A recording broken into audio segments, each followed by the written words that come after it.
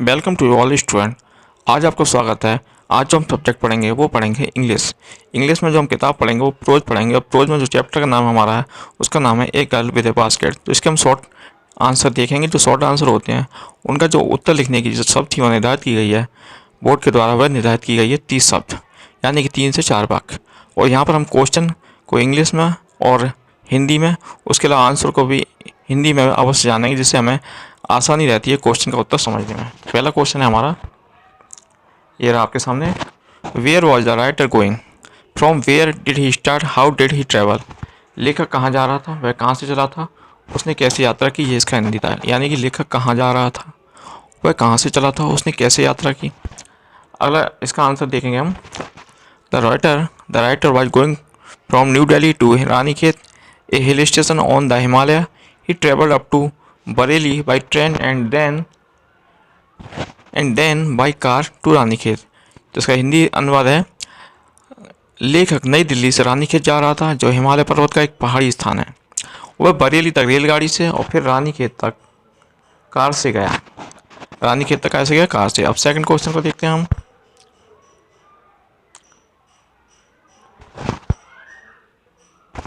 Give a brief description of train WC Douglas was travelling by. उस रेलगाड़ी का वर्णन कीजिए जिसमें WC डगलस यात्रा कर रहे थे। WC डगलस कौन है, एक गर्ल विद ए बास्केट के लेखक। एक गर्ल विद बास्केट के लेखक का नाम है WC डगलस, याद रखना। इसका आंसर है, the train by which WC Douglas was travelling was a slow moving train and stopped at all the way station. अब देखिए आप, इसका हिंदी क्या लिखी गई है, वह गाड़ी जिसे WC डगलस यात्रा कर रहे थे एक धीमी चलने वाली गाड़ी थी और रास्ते के सभी स्टेशनों पर रुकती थी। और देखिए आपने जो यहाँ पे जो क्वेश्चन का आंसर हो रहा है वो 1 से 2 लाइनों में हो रहा है, यानी 1 से 2 लाइनों में ही हमारी जो शब्द सीमा जो हमसे बोर्ड मांगता है एग्जामिनेशन बोर्ड, उसमें हम निर्धारित जो शब्द सीमा यानी 2 या 3 वाक्यों में 30 शब्द आ जा रहे हैं। अब तीसरा क्वेश्चन हमारा, what did the writer do to get a feel of the pulse of the nation. लेखक ने लोगों की भावना को जानने के लिए क्या किया। क्वेश्चन 2013 में आया है और इसी में से एक और क्वेश्चन है जिसका आंसर दोनों सेम ही होगा। What did the writer talk page why. प्रत्येक स्टेशन पर लेखक क्या करता था और क्यों। इसका आंसर है WC Douglas, William C Douglas बोल लीजिए या WC डगलस बोल लीजिए। Got down from his compartment at every stoppage, he talked to the people of every class to get a feel of the pulse of nations. Okay, गाड़ी के रुकने के प्रत्येक स्थान पर लेखक अपने डिब्बे से उतरता था और वह अपनी भावनाओं को जानने के लिए प्रत्येक वर्ग के लोगों से बातचीत करता था। अगला क्वेश्चन है हमारा, क्वेश्चन नंबर 4। क्वेश्चन नंबर 4 है हमारा, describe things and scenes the writer saw on his way from New Delhi to Ranikhet. उन वस्तुओं एवं दृश्यों का वर्णन कीजिए जो लेखक ने नई दिल्ली से रानीखेत जाते समय रास्ते में देखे। तो इसका आंसर है, on his way from New Delhi to Ranikhet the writer saw platforms over crowded with the people of all caste and trades, the rich plains of Ganga, deep things forest with wild animal and houses made of mud walls. Mud walls माने होता है गोबर या मिट्टी की दीवारें। दिल्ली से रानीखेत जाते हुए प्रत्येक जाति तथा प्रत्येक व्यापार के लोगों से भरे प्लेटफार्म देखे, गंगा का उपजाऊ मैदान देखा, जंगली जानवरों से भरे हुए घने जंगल देखे तथा मिट्टी की दीवारों से बने मकान देखे। तो आपने देखा गाँव मिट्टी के गोबर से लिपी दीवारें होती हैं, गाँव के स्टूडेंट उन्हें तो अच्छे भली बात ही मालूम होगा। क्वेश्चन नंबर 5 देखते हैं आप। What disturbed the continuity of writer's conversations at once of the station. लेखक ने लोगों से वार्तालाप को एक स्टेशन पर किस बात ने भंग किया। तो इसका आंसर है,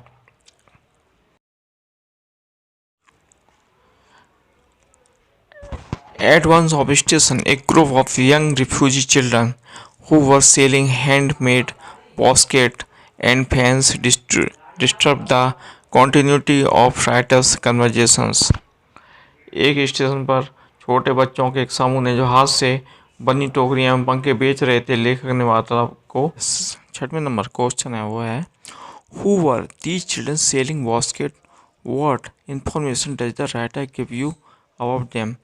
जो बच्चे थे जो सेल कर रहे थे किसका, बास्केट का, और क्या कर रहे थे, पंखों का, भी कौन थे, टोकरी बेचने वाले बच्चे। तो लेखक आपको क्या जानकारी देता है उनके विषय में। तो इसका आंसर है these children selling baskets were refugee children. Refugee माने होता है जो बच्चे उनके परिवार के साथ जब भारत और पाकिस्तान का बंटवारा हुआ था, जब भारत और पाकिस्तान का बंटवारा हुआ था तो एक देश पाकिस्तान बना था, एक भारत बना था।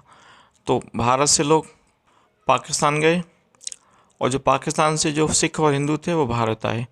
तो उन्हीं को हम रिफ्यूजी बोलते हैं इंग्लिश में, हिंदी में बोलते हैं शरणार्थी। तो ये बच्चे कौन थे, ये शरणार्थी थे। The these children selling basket were refugee children. They were the sons and daughters of people who were compelled to run away from Pakistan at the time of partition. Partition माने बंटवारे के समय।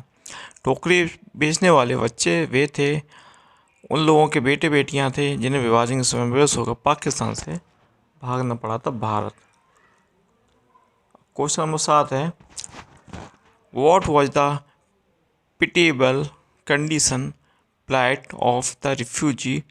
What were they doing for a living? 2018 में आया question ये। तो शरणार्थियों की दशा कैसी थी, अपनी आजीविका चलाने के लिए वे क्या कर रहे थे। इसका आंसर है the condition plight of refugees was very pitiable.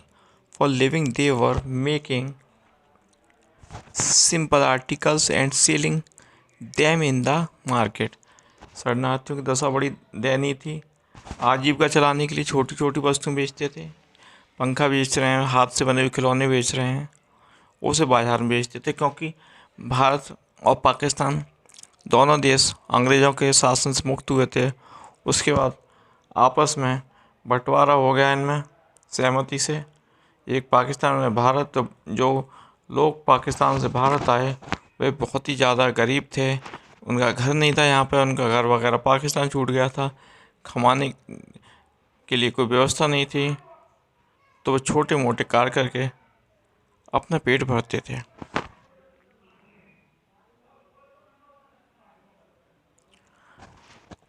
अगला क्वेश्चन है हमारा what fact did the writer discover about the patient refugee.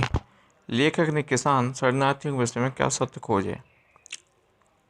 इसका answer the writer discovered that the income of the patient refugee was very low, they could hardly earn an square meal a day. लेखक ने पाया कि किसान शरणार्थियों की आमदनी बहुत कम थी और बड़ी मुश्किल से 2 रोटियों के लिए धन कमा पाते थे। अगला क्वेश्चन हमारा question number 9 what is an average annual income of an agricultural family as given by William C Douglas. 2016 में आया कि विलियम सी डगलस के अनुसार एक किसान परिवार की औसत सालाना आमदनी कितनी थी उस समय। कब, 1947 से समय बताया जा रहा है, आजकल का समय नहीं। तो इसका आंसर है according to William C Douglas, यानी विलियम सी डगलस के अनुसार average annual income of an agriculture family was not more than $100। William C Douglas के अनुसार एक किसान परिवार की औसत सालाना आमदनी $100 से अधिक नहीं थी, $100 से अधिक नहीं थी। अब आगे question number 10 a girl with a basket chapter. हमारा 10वां क्वेश्चन है why did the refugee children descend like locusts on the writer. शरणार्थी बच्चे लेखक पर टिड्डी दल के समान क्यों टूट पड़े। तो यह 15-18 में आया। इसका आंसर है the refugee children thought that the writer was a rich man. Refugee बच्चों ने सोचा कि राइटर एक अमीर आदमी है। ही वुड बाई आर्टिकल्स, कि वह उनका सामान खरीद लेगा, of many childrens, so they descended on him like locusts. Locusts. शरणार्थी बच्चों ने सोचा कि लेखक एक धनी व्यक्ति है, वह अधिक बच्चों की वस्तुएं खरीद लेगा, इसलिए वे टिड्डी दल के समान उस पर टूट पड़े। शरणार्थी बच्चों ने सोचा कि लेखक एक धनी व्यक्ति है, वह अधिक बच्चों की वस्तुएं खरीद लेगा, इसलिए वे टिड्डी दल के समान उस पर टूट पड़े।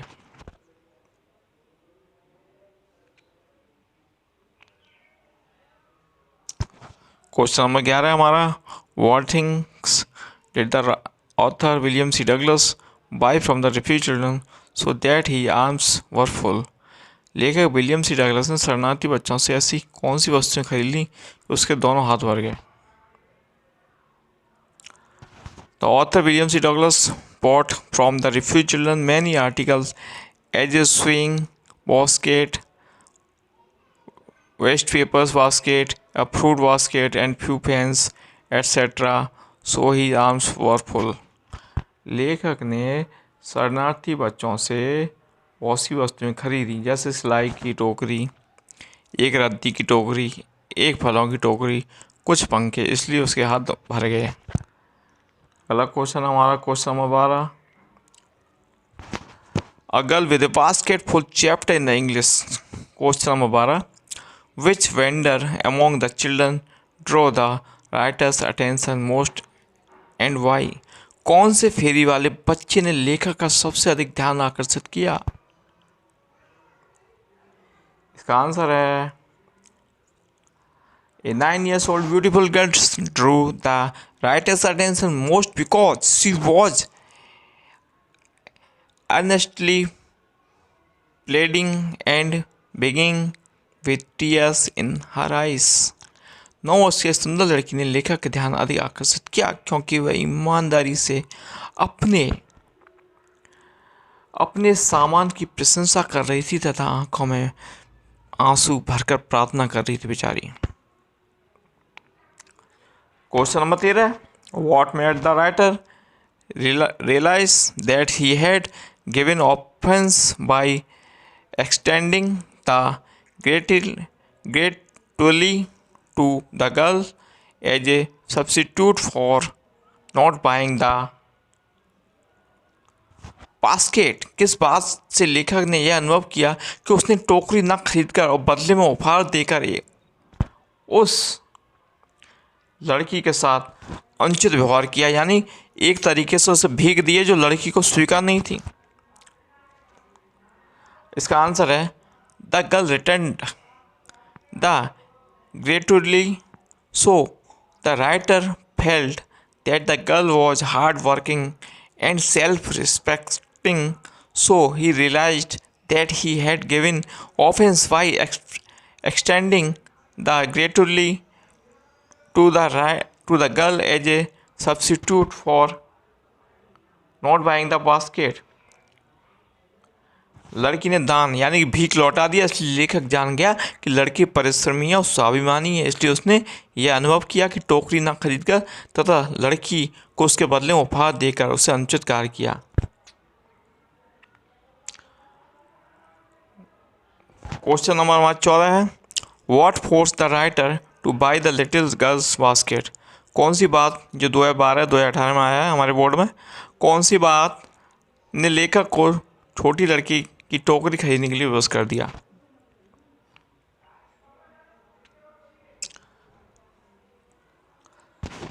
A little girl returned the gratefully given the writer, so he was forced to buy her basket. छोटी सी लड़की ने लेखक के द्वारा दिए हुए दान को लौटा दिया, अतः लेखक उसकी टोकरी खरीदने के लिए बेहोश हो गया।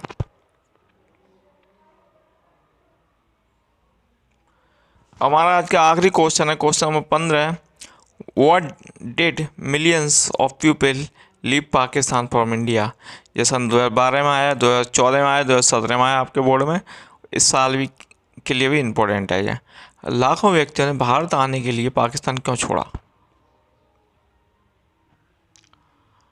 और अदर क्वेश्चन है इसी में से, दोनों का आंसर एक ही होगा, एक ही सेम होगा। What misery did partition between India and Pakistan cause to the people? 2016 में आया, भारत और पाकिस्तान के बीच बंटवारे ने लोगों को किस मुसीबत में डाल दिया? आंसर है इसका